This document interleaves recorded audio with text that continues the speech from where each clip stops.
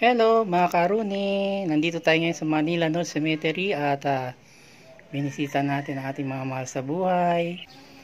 Ayan.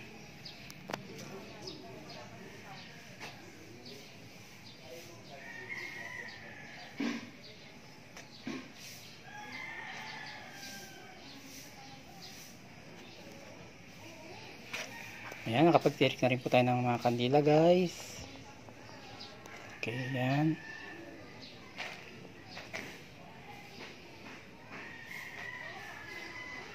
Okay. Dito po nakahinday ang aking ate Susan. Okay. Ang aking lola. Lolo. Pamangkin. Okay. Kuya Berting.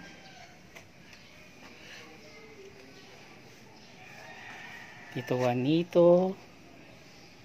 Tita Deda.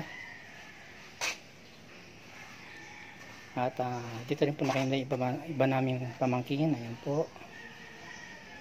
Ayan guys.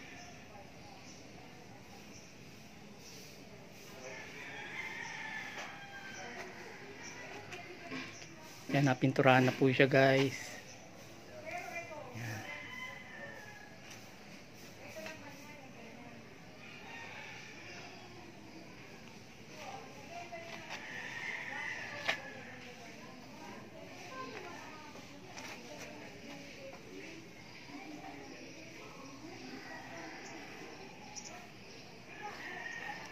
Bumisita na siguro dito kahapon guys kasi may mga bulaklak. Ayan.